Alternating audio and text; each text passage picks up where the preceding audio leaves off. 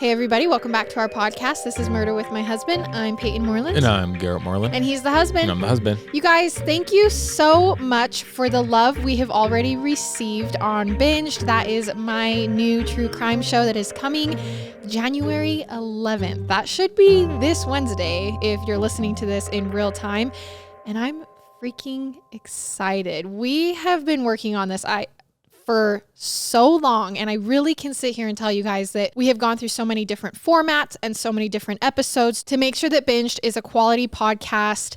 And I cannot even believe it's here. The show is live. There's no episodes yet. There will be episodes Wednesday, January 11th. Depending on when you're listening to this, there might already be episodes.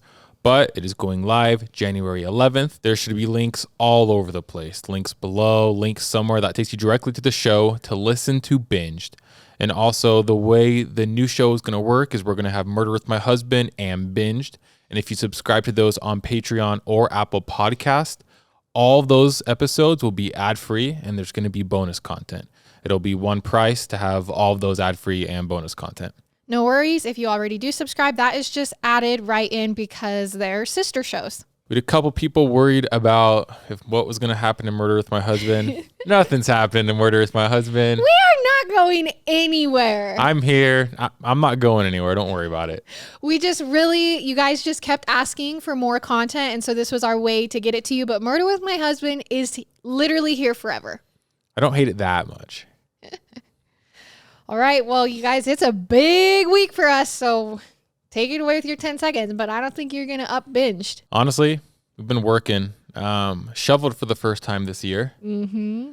I was watching everyone with like their snow plows, just going through with those electric snow plows. I was like, dang, I need one of those. You were like the girl on The Grinch when the one neighbor's sitting there shooting all those lights and then she's the one aiming it up. That was you. That was me. I was just shoveling away. I just left everything on the driveway there. I just cleared a little path for like UPS. For delivery drivers and DoorDash.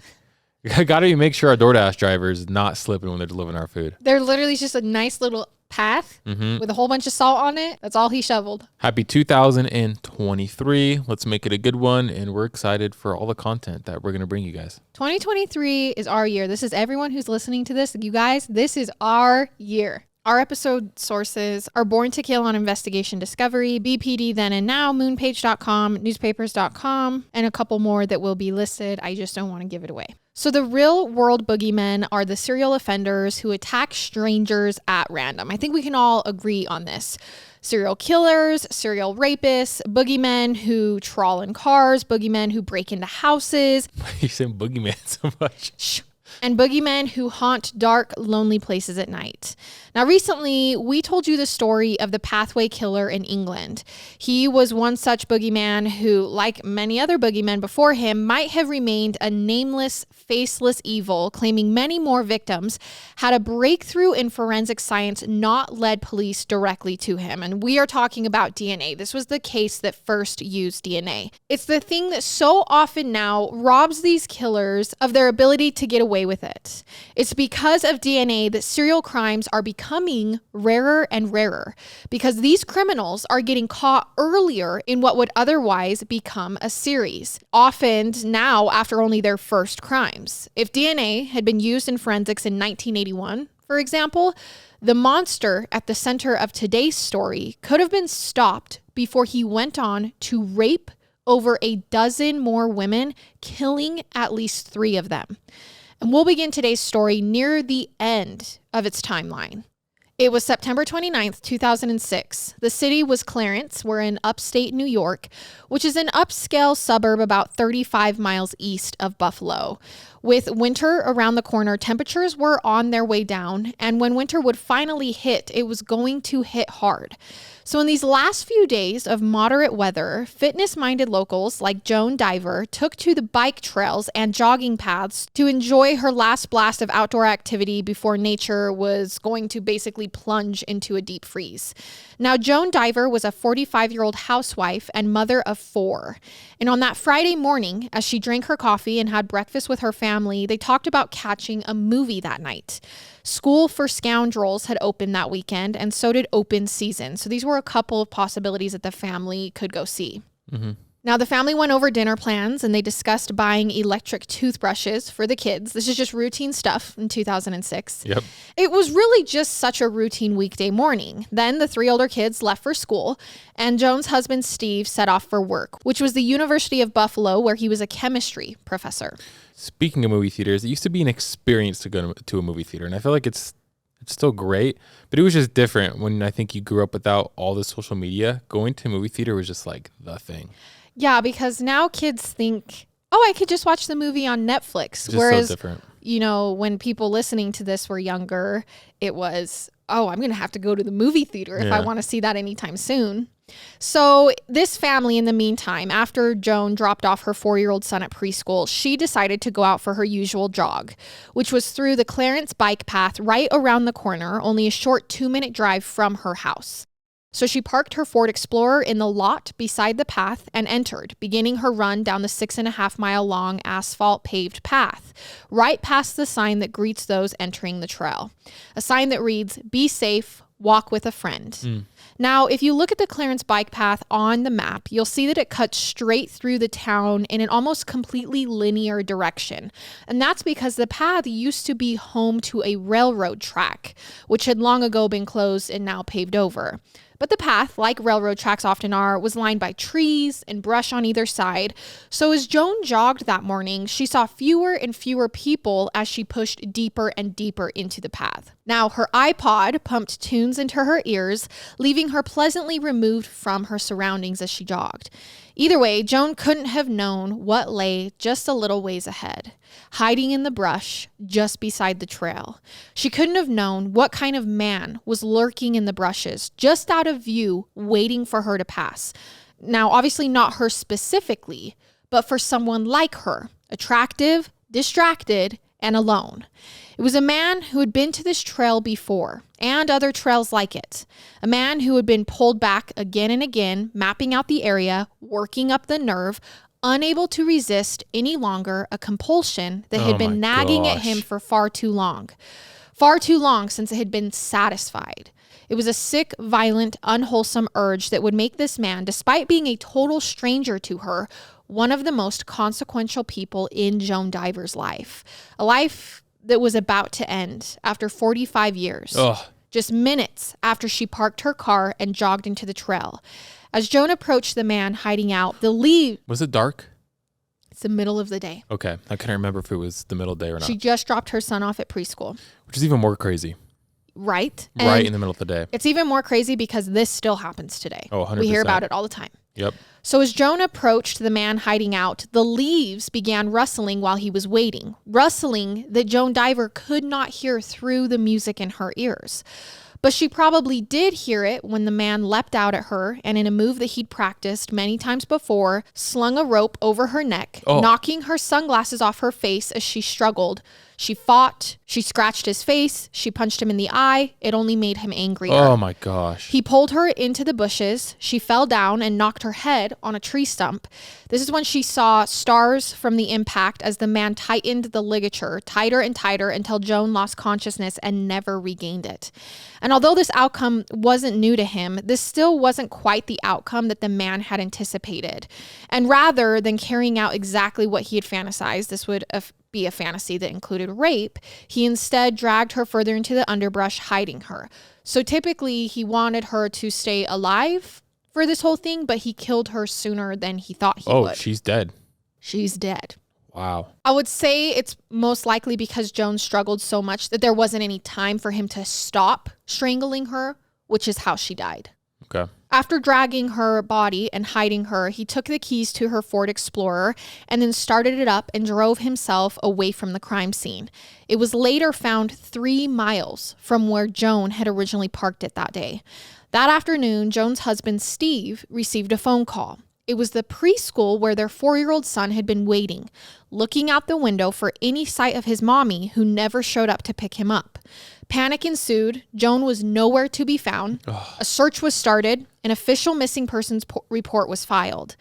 2 days later, searchers would find Joan's body hidden off the side of the trail. That's so sad. And not just because he was a husband, Steve was initially the investigators' only suspect. He had been active in the search effort and had circled 2 locations on the map where he felt the investigators should focus their search before they found her. And what do you know? Joan's body was found within one of those 2 locations. He had also been unable to account for a 2-hour period of his mourning, a period when no one at the university recalled seeing him. And then early in the afternoon, one of his coworkers described Steve's behavior being uncharacteristically bizarre. And so Steve had claimed that he'd pedaled to the Clarence bike path later that afternoon to look for Joan when he found out that Joan hadn't shown up to pick up their son, but somehow failed to check the parking lot to see if her Ford Explorer was there. There's no way it's him, right? Well, these strange circumstances are among several reasons that Steve became a suspect in his wife's murder. But less than 2 weeks earlier, another woman 2 towns away in Amherst, this is one of America's safest cities, had an encounter with a man on a similar trail that even at the time she knew was significant. But no one would know quite how significant until after the murder of Joan Diver. The previous attack a town away had happened on September 20th, a Wednesday. The girl's name was Alice. She took her dog, a medium-sized cocker-poodle mix, along with her to the Ellicott Bike Path, which is a paved 5-mile trail that cuts through the sprawling campus of the University of Buffalo. It was a trail that Alice knew well, but she usually jogged there during the day. When she arrived on this date, it was already early evening and the sky was growing dim. And because she was alone, Alice made sure to stay within shouting distance of another woman that she saw on the trail ahead of her. Very smart. She also had her dog with her, and she remained vigilant as she jogged along the path. Now, as the sky turned a dull shade of blue, the woman up ahead was suddenly nowhere to be seen. And now Alice and her dog were all alone on the trail. And at this point, the moon gave off just enough light to make out the shapes along the path. This would be like the foliage, the brush, the pavement ahead. Everything, though, was now an ashy blue gray tone, which you can kind of picture. Like it's still light enough that you can see, but it's not light enough that you can see. It was her dog that heard the sound first this day. He stood at attention and growled, a low warning sound while she was running. Now, Alice hadn't heard it, but she heard the next sound after it. Something definitely had just rustled the brush, and it wasn't the wind, because at that moment there wasn't any wind. And you said the dog was like a poodle? A cocker-poodle mix. Okay, I wish it was like a German Shepherd or something. It could still I know, fight for her. I know where this is going, and it makes me sad because I don't know. Keep going. Well, here's the thing. The dog did warn her before she heard. You're right. Yep. The dog knew. The dog was on alert, which put her on alert. Yeah.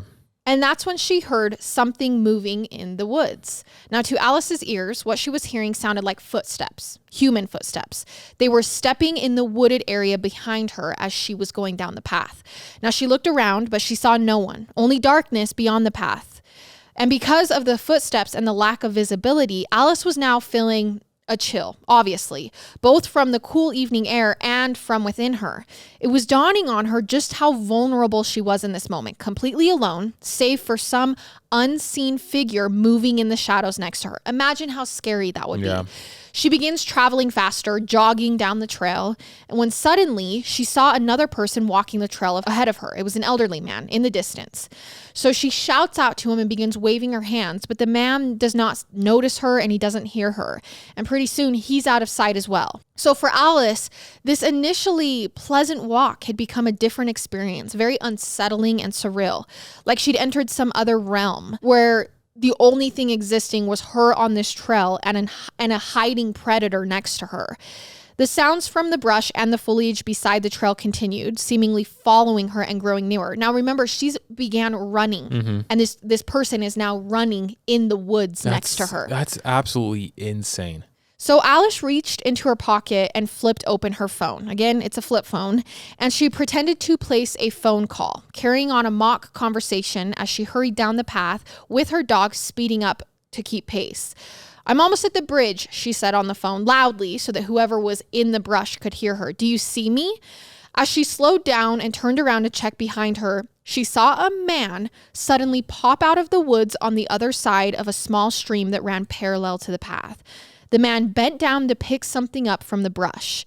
And then Alice took off running. And while darting away as fast as she could, She looked back and noticed the man, the one who had emerged from the woods, was now pedaling a mountain bike coming straight toward her. Holy crap, this is not real. That's what he had picked up from the bushes, his bike. A freaking mountain bike? Or a freaking bike? Yeah, Alice picked up speed, though her dog was now struggling at this point to keep up with her. And as she approached the tennis courts, which were populated with people playing tennis that evening, the man continued pedaling right on by her. So for her, she's like, okay, and I know this exact feeling she's feeling. Okay, well, I was making it up. Like I thought he was following me, but apparently not, because I'm at a populated place. There's now people. I've made it to safety, and he just rode right past me. So it seemed to Alice that this strange nightmare, this potential brush with danger, had passed. But then the man turned his bike around and suddenly, once more, began pedaling right towards her, now staring at her as he's driving up to her. And as he passes her, the man shoots her a menacing look. Alice would later describe this as an evil, smirking grin. And indeed, it disturbed her. She felt like, okay, I wasn't making it up. This man was following me. And now that he's just done this, I know he's messing with me. And I think sometimes it's hard for others to understand just how violating even a physically unscathed experience like this can be. So the man didn't actually hurt her or even talk to her, but his actions of following her, creeping her out on purpose. It's disturbing, it's icky, it's violating. People should be able to jog or walk a path without feeling threatened, yet this happens every single day. You know, why are there so many weird dudes out there? I don't know. Don't be like that. Like literally, this happens on a jogging path, while walking through Target. It's in so hard because lots. I'm a man.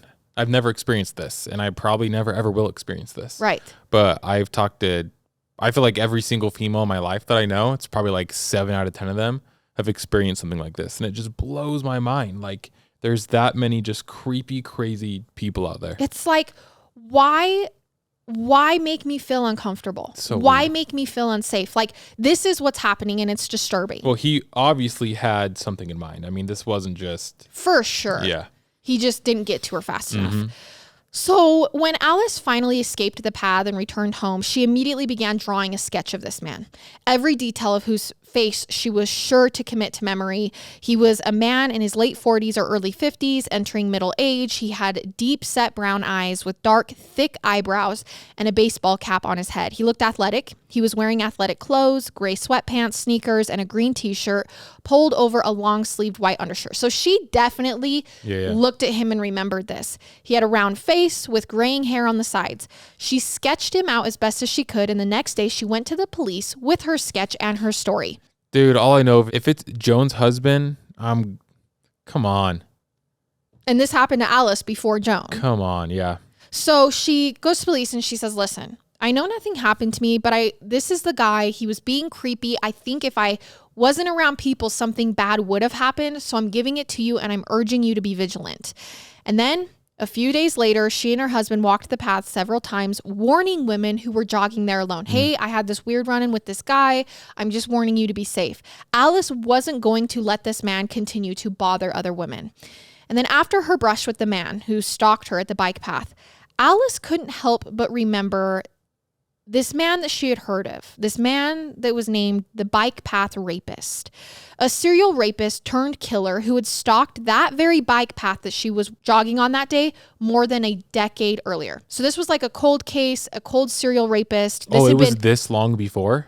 So all of this that she's remembering, this Bike Path Rapist was 10 years earlier. Got it. Okay. But then when this happens to her on this exact path, she can't help but go, wow, that was eerie, because this is the exact bike path that the Bike Path Rapist would attack on. And Alice wondered, okay, well, I know it's been 10 years, but is he back? Like, this was weird. This was just too weird for her.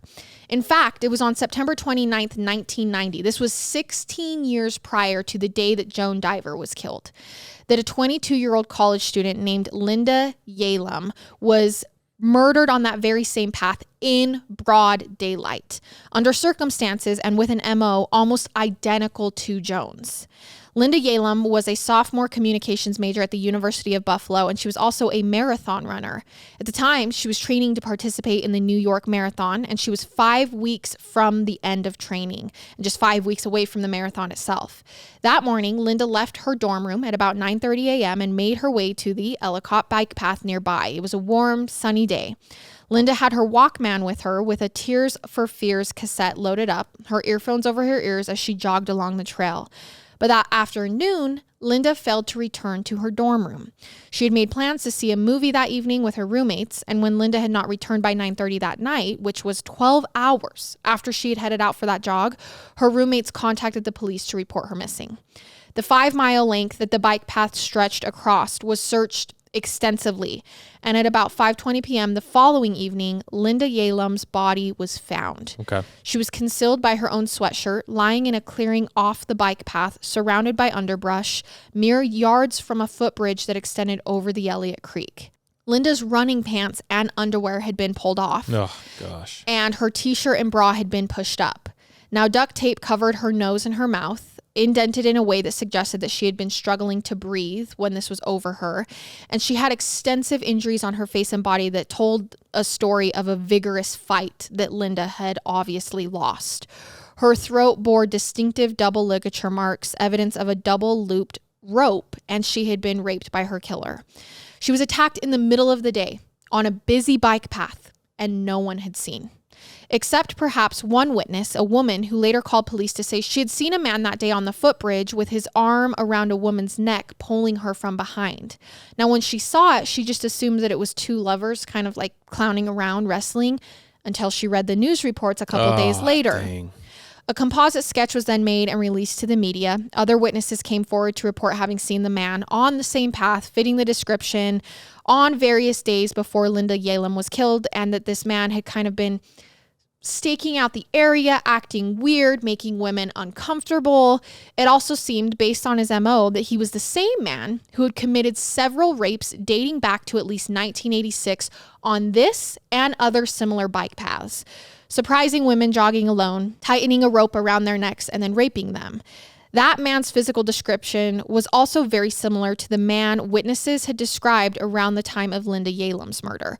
So essentially what police are figuring out here is that decade and even earlier, this girl gets murdered, and after she's murdered, police are like, we think this has been connected to a bunch of rapes that have already happened, but hers ended in murder. So the killer has obviously escalated. He typically would just rape them and leave them alive, but this one ended up dying. And then he took a 10-year, 12-year, whatever break or whatever you want to call it. Right. Well, that's what Alice is thinking. Yeah. Because she can't help but remember all these past ones. Another one of these past attacks was on July 14th, 1986 in the town of Hamburg. This is south of Buffalo. 17-year-old Susie Coggins was late for school that morning.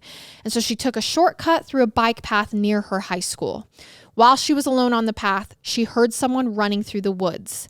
And when she turned to look, she saw a man carrying some rope. She thought that perhaps this man had a dog with him and was playing with the animal, but that wishful assumption evaporated the moment he approached her from behind and wrapped the rope around her neck. He literally lifted her up off the ground and into the air so she couldn't breathe. He dragged her into the woods until they reached a desolate area. That's when she looked into his eyes and saw pure rage, something she would never forget. She thought she was going to die that morning, that she'd never see her family or her friends ever again. That man asked her how old she was and then if she'd ever been intimate before. And for what felt like an eternity, the man proceeded to sexually assault her. And when he was finally done, the terrified young woman asked, well, what happens next? By this time, the man's energy, according to her, had completely changed. The anger had gone away and was now replaced by the faintest hint of guilt. And he said nothing and just got up and walked away, leaving the battered young teenager to find her way out of the woods to ask for help. The attack on Susie was the second in what would become a series of at least 6 rapes, culminating to the murder of Linda Yalem in 1990 that we already discussed. And Yalem's murder would soon be linked by DNA to several previous rapes.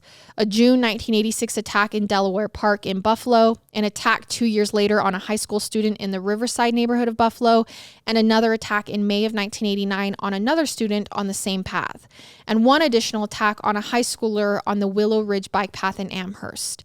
Can you believe that's even real? Yeah, it's insane. That DNA has linked this person to this many attacks. It's pretty cool that, I mean, thank goodness for DNA. Right? Thank goodness.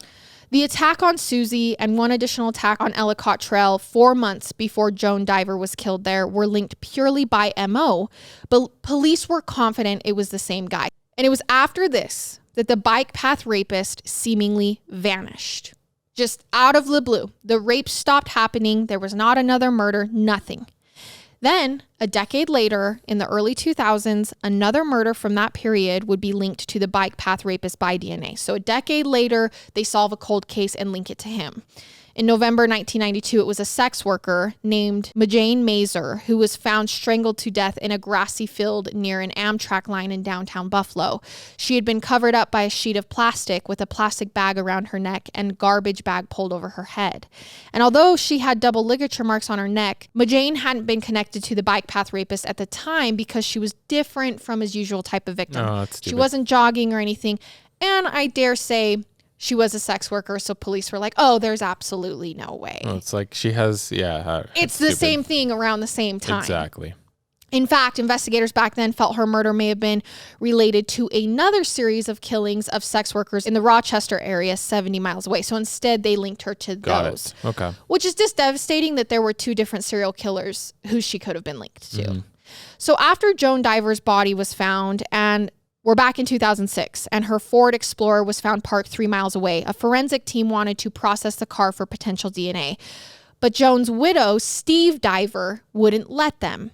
He also wouldn't allow bloodhounds to search around their home, and he refused to take a polygraph test, which, in our opinion, is often a wise move if you're innocent, since polygraphs have been proven to be inaccurate. But to cops, refusing a polygraph always looks suspicious, especially on top of everything Steve is doing. This has nothing to do with Steve or what's happening right now, but I've always thought about that. Like, if something were to happen, and I'm just like, I want a lawyer, I know everyone would be like, oh, Garrett did it. Well, Garrett's suspicious. Steve literally gets an attorney immediately. His wife is the right thing to do. It is. Like, in all reality, that's exactly what you should do. I know it might look suspicious, but whatever, just do it. Unless you're a murderer and you're listening to this, don't get one. It's such a waste of time. Tell us exactly what happened, because you're going to jail forever. Yeah. So suspicion around Steve was beginning to expand beyond just the police force. And the University of Buffalo relieved him from his teaching duties for the duration of the fall semester. And keep in mind, this is 10 years after the bike path rapist was known to last. This is going to blow my mind if it's Steve. Well, it's also like police are even like, is this related? Like, it's been 10 years. Seems, yeah. That would be pretty weird. So they just keep on investigating, and they are very suspicious of Steve. They're thinking maybe this is, despite Alice's run-in earlier with that guy and her being so worried, maybe the two are completely unrelated. There's creepy men everywhere, and Steve did murder his wife. So eventually the police obtain a search warrant and they begin processing Joan's Ford Explorer, and they find a possible DNA source. Remember, whoever killed her moved her car. A small drop of sweat on the steering column near the ignition tumbler where the key is placed. So the area was carefully swabbed, and the swab was sent off to the crime lab. A month later, the results come back. The DNA from the sweat found on Joan Diver's steering wheel matched the DNA from the murders of Linda Yalem, Jane Mazer, and several of the bike path rapes. Okay. This confirms the bike path rapist, who was not known to have offended in 12 years, was alive, and he was back. So you said they had 4 kids? 4 kids. So, I mean, I don't know. I don't know how old the kids are, but it could be why there was a 12 year break. Too busy being a father? Too busy being raising a family? Now deciding to be a father and raise a family. Yes. So either way, this is stunning for police, and this is terrifying that they have to now go back to the community and say, remember that bike path rapist and murderer that we never caught 12 years ago, 16 years ago? He's back. He's back. It's been 12 years and he's back and he's killed another Can they woman. not get Steve's DNA? They could, but he has a lawyer. So they're going to have to find more evidence before they can get it. Can't they just follow him around and do the typical, oh, he went into a coffee shop and I grabbed the cup that he used? Or that is that everyone illegal? does now. No, it's not illegal, but they could. But I'm sure it's a lot harder now that he has an attorney. So to them, to police, it's the highest degree of importance to identify him as soon as possible before he strikes and kills again. So at this point, current day detectives Josh Keats and Betsy Schneider went to the Amherst Police Department and began exploring old suspect files in the Bike Path Rapist. All they're wondering is, had police back then missed something? They wanted to find out. They needed to comb over every single document. One that caught their eye was the file on a man named Altemio Sanchez. Now, Altemio, who went as Al, was a married father of 3 who worked at a brass factory and had first come to the attention of investigators back in 1990, shortly after the murder of Linda Yalem. It was at the time that Al's coworker and friend from work, a guy named Bob Brandish, was faced with a dilemma. Everyone at this point knew of the supposed Bike Path Rapist. And Bob had begun to suspect that his coworker, Al Sanchez, might possibly be the Bike Path Rapist, and he didn't know what to do about it. Back on August 24th, 1989, when Bob was driving home from work on the Lockport Expressway, he happened to spot his friend Al Sanchez driving in a neighboring lane. Bob knew that Al lived in the opposite direction from where he was traveling, but he just assumed that Al was headed towards Bally's Fitness. This is where he and Al worked out together, having both signed up under a company plan that gave them discounted rates. Yeah. But oddly, Al didn't turn off at the exit that would have taken him to Bally's. He just kept driving. Later that day, a 14-year-old girl was choked and left for dead after being dragged off the Willow Ridge bike path. And she was also raped by a man whose description fit the Bike Path Rapist. Okay. It was a connection that, in Bob's mind, seemed like a real stretch of the imagination, but he couldn't help but be like, I saw Al and then this girl, you know. Wouldn't it be weird if someone you knew, like a coworker, you were like, I think they're killing people. Like, I think they're raping people. I always go back to that family annihilation case where he leaves and then years later he's on America's Most Wanted and his neighbor sees it's like the clay and form. It's just like, what? He's like, wait, he murdered his whole family years ago? It's just so weird. It'd be super surreal. But so after this, you know, Bob's starting to get on to Al, but he's like, okay, I'm probably just making this all in my head. But then one sunny afternoon, the following September, Bob had been out riding his bike on the Ellicott Trail when he spotted his friend Al from work again. And this time he was jogging along the path. They stopped, they got to chatting, and Bob asked, Al, what are you doing out here? And he said, oh, my wife, she's taking a class at Buffalo State. Now, Buffalo State, which was a different school from the University of Buffalo, was 10 whole miles away. Which is far. The 10 miles, it might not seem far. That's far. Well, and surely there were trails closer to Buffalo State. 100%. So Bob found this whole thing strange, but again, he thought nothing more of it until weeks later when a composite sketch of the supposed Bike Path Rapist was released to the public. And it was a composite sketch that looked just like Bob's workmate, Al Sanchez.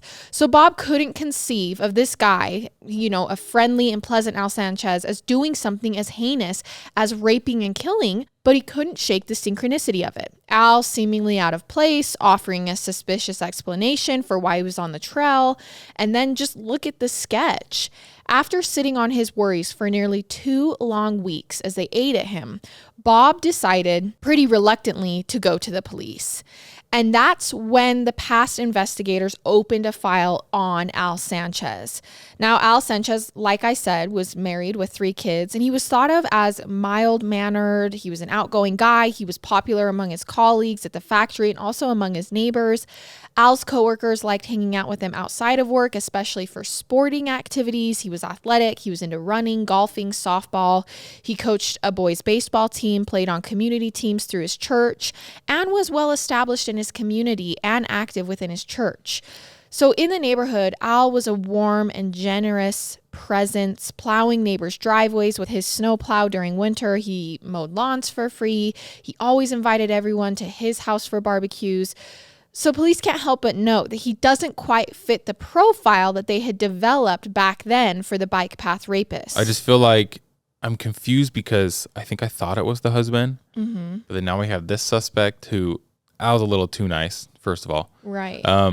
But he's kind of there. He's just kind of there. always Yeah, I mean, there, he's doing right? some weird stuff. I don't know. Right. Well, and police are with you. They're like, he doesn't really fit the profile. We thought this guy would be socially inept, a loner, and Al Sanchez is clearly not that. So the detectives at the time, this is back then, drove out to Sanchez's house and noticed that one of the cars in his driveway was a light blue Pontiac. This is the same color, though not the same make, as described in a tip that had been phoned in by a witness who saw something like a light blue Dodge parked near the bike path the day that Linda Yalem was killed. So even his car fits, not necessarily the make, but the color. So they decide to call Sanchez in for an interview. This was in October 1990. Now remember, Joan doesn't get murdered until 2006. So Sanchez denies that he'd ever been on that particular bike path, the one that Bob claims he encountered him on. So he's like, I know Bob says that, but I wasn't. And then they asked him if he minded them checking his work schedule at the factory where he worked, and he said he had no problem with that. When they followed up with his supervisors at the brass factory and went over Al Sanchez's work schedules, they discovered that he'd been either out of work or late, in other words, available, for each of the 7 known bike path rapist crimes up to that point. So he doesn't have an alibi. On the day of Linda Yalem's murder, he had been scheduled to work overtime until 11:30 a.m., but for whatever reason, he had skipped that overtime and clocked out at 7:30 a.m. Okay. And on the day of the earlier Ellicott bike path rape in May of that year, he had come to work an hour late, and his paycheck was docked accordingly. So detectives asked Sanchez if he'd mind them taking his fingerprints. Now, unbeknownst to him, they had what they had suspected were the bike path rapist prints on a water bottle that they'd found discarded near the scene of the Willow Ridge rape. Sanchez agreed to provide his fingerprints, and then they ran them.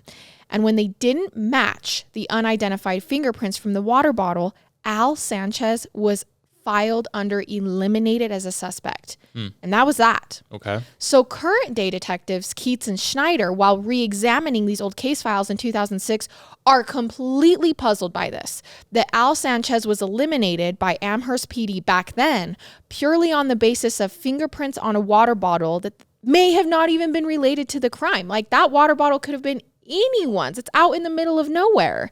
Therefore, they decide to reinvestigate Sanchez now, pulling his DMV records, his address history, arrest records, if there were any. And indeed, there were 2 arrests, both of them for trying to pick up sex workers on the streets of Buffalo. Once was in 1999 when he tried to pick up an undercover vice officer, and the other was in 1991 for the same thing, trying to solicit sex. So Al Sanchez now is beginning to look very interesting after Joan Diver's murder. But then something else was found, yielding another suspect that they wanted to re-examine. Apparently, there was a series of rapes before the bike path rapist rapes that someone else had already gone to prison for. Okay. But in the search for that guy, a victim came forward claiming that after she was attacked, she saw her attacker again out and about at the Boulevard Mall in Buffalo. And because there were so many rapes in the area around this time, the 2 investigations crossed over, which was how 2006 detectives were now getting this information as well. I feel like there's so many people in jail for raping people. Right. And like, how are there this many? Yeah, there's a suspect after suspect after suspect. There's a series of rapes that someone's apparently in prison for. Now there's the bike path rapist, and now he's raping again years later. So back in the 1980s, this victim wrote down the man's license plate number and gave it to police once she thought she saw him at the mall. The police traced that license to a man named Wilfredo Caraballo, who lived on the west side of the city. Now, Wilfredo Caraballo ended up not being the man arrested and convicted of these rapes. So he was taken off the suspect list back then. But now, 25 years later, detectives on the new Bike Path Rapist Task Force were grasping at any lead, and they decided to try and track down Wilfredo, and they were having a hard time finding him. He'd moved away from the home he'd last lived in, and the relatives they talked to claimed they didn't know where he was. When they showed his own sister a picture of Wilfredo, she claimed that she wasn't even sure it was him in the picture. And they were like, what do you mean you don't know if that's your brother? And she says, well, I don't know. I just need I don't know. So she says he may have returned to Puerto Rico. She really wasn't sure. It sort of felt like detectives to detectives, like his family members, weren't being totally forthcoming. Like maybe they were hiding something, which made them even more suspicious of this potential lead. But then they were able to locate another sibling, a brother named Altemio Sanchez Caraballo. And explaining that they were trying to rule out his brother as a suspect, they asked him if they could swab his mouth for DNA. And to their surprise, he agreed. And if you're wondering where this is going, I promise I'm getting somewhere. I really did have to introduce all of this to get you the answers in this case. But while police are trying to track down Caraballo, Detective Schneider went to the local FBI office trying to dig up more on their first suspect, Al Sanchez. So basically, they're just working these two angles. Remember him, he was the first suspect they came across in the old files. And Detective Schneider learned that Al Sanchez's mother's maiden name was Luz Caraballo, and he had been born in Puerto Rico. Okay. So Al Sanchez, our first suspect, his mother's name is Caraballo, which is the last name of Wilfredo Caraballo, the man a rape victim ID'd back in the 80s during the Bike Path Rapist, who they are assuming is Al Sanchez. So it was starting to possibly look like the 2006 investigators' two main suspects, Wilfredo Caraballo and Al Sanchez, might be related. Two suspects whose circumstances, the circumstances that led them to the attention of police, were completely unrelated and separated by 9 years. Like these two guys are in two completely different police files, but 2006 police have just found out that they are related. Okay. So it was after learning this insane happen chance that detectives finally get a call from Wilfredo. And the investigator explained to him why he was calling, that he'd been following up on a contact from 25 years earlier. His car had been spotted at a shopping mall parking lot. And he goes, "Oh, that wasn't me driving the car." And the detective is like, "Okay, well, who was it?" And he said, "Well, I had loaned the car to my nephew, Al Sanchez, that day." Okay. So you heard that right. Yep. This means that both suspects were actually Al Sanchez, because she had said, "Oh, no, I saw him driving his car. That's the man who raped me." But it was actually Al Sanchez, not Wilfredo. But police aren't learning this until 2006. So it looks like it might be Al Sanchez. Yes, they've basically just eliminated this other suspect. So when the phone call ended, police were fairly confident that they had found their man. Al Sanchez had to be the Bike Path Rapist. And when the DNA results from his uncle's DNA came back, the results indicated that the man was closely related to the Bike Path Rapist. Am I just suspicious of the husband for no reason? Yes. Yes? There's nothing you're going to get to? No, the husband doesn't come back into the story. Oh my gosh. But You made it seem, I thought for sure like the husband was involved, but he's squeaky clean. Poor guy. Okay, but I'm blaming the husband. It wasn't even him. Because everyone blames the husband. And I did it for a reason. Because if a husband decides to get an attorney, decides not to take a polygraph, isn't necessarily 100% cooperative because they're protecting themselves, Everyone thinks it's him. everyone thinks it's them. Yes. And it's like, well, what do you do here? What do you do here? Because the husband is always the first suspect, but this husband tried to protect himself. And because of that, everyone, including you, were suspicious. Yeah, you led me astray. I didn't lead you astray. I told you the story straight up. Whatever you say. So basically, they've confirmed that Al Sanchez's brother's DNA is somehow related to the Bike Path Rapist. So this all but confirmed it. So they placed Al Sanchez under 24-hour surveillance. Again, this is in 2006 after Joan Diver's murder. And they're waiting for him to spit, to toss a cigarette butt, our basic way that police are now collecting DNA. Anything that would contain his DNA for them to sweep in and collect it. Now, on the evening of January 12th, 2007, police followed Sanchez as he and his family drove to a popular Latin restaurant in Buffalo called Sole. After the Sanchezes entered and were seated, the detectives discreetly followed them inside, and they showed the manager their badges and pointed out the Sanchez table, explaining that the family seated there were under investigation and they needed to make sure that all of the glasses and the tableware, the utensils, were left untouched after the family left. So the police go in and say, "Can you please not mess with this?" The restaurant agrees to cooperate, and after the Sanchezes finished, the glasses, silverware, and plastic straws were collected and bagged by detectives. Everything was was sent to the crime lab, and at 5 p.m. the next day, the results came in. Oh, that's fast. Yes. Al Sanchez's DNA matched that of the Bike Path Rapist. Okay. The serial rapist and killer who had been stalking Buffalo's bike paths for more than 2 decades, now considering Joan Diver's murder. Like, that is such a huge find. Such a long time. And it is such a solid DNA find. Yeah. I'm kind of surprised he wasn't caught earlier. I mean, you know what I'm saying? Yeah, because he was a suspect back in 1981. He was a suspect all the way back then. He had a whole file. They had said his car was the right color. He happened to be in the area. His friends had become suspective of him.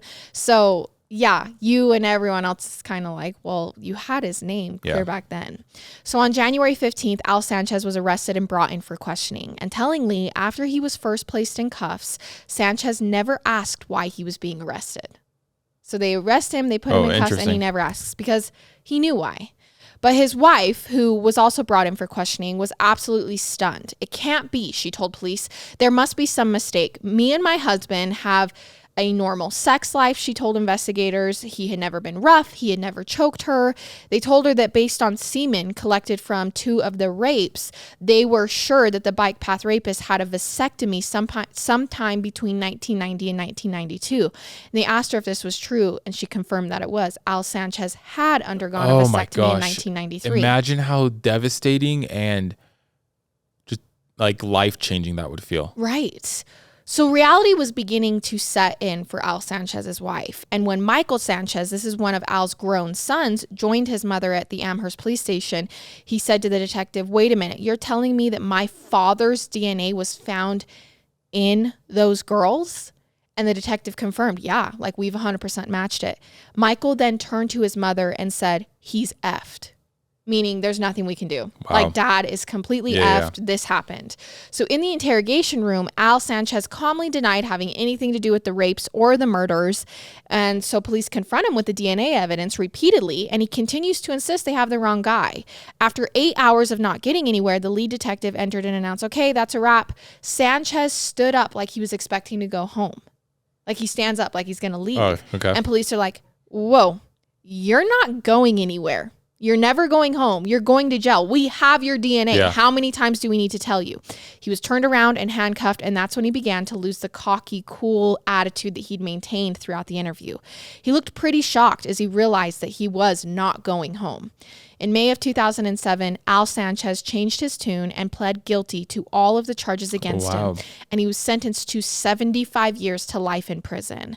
And a review of rape cases in the area dating back decades revealed that Al Sanchez had likely been attacking women as far back as 1975 when he was still in high school, which is something we see happen often in these rape cases. Yeah. Like they thought that the Bike Path Rapist started at this time, and then once they find the person, they realize, oh, he had been doing this for much longer. I also think it's pretty crazy he was still in the same city, state, area, whatever you want to call it, the same area. Like, he's been raping girls, killing people for 2 decades. And he's like, I'm going to go back to the same trail. Yeah, I'm going to stay here. I think everything will be fine. Right. So then there was the 1985 murder of 15-year-old Catherine Harold, who was found strangled and stabbed to death on some railroad tracks not far from the brass factory where Sanchez worked.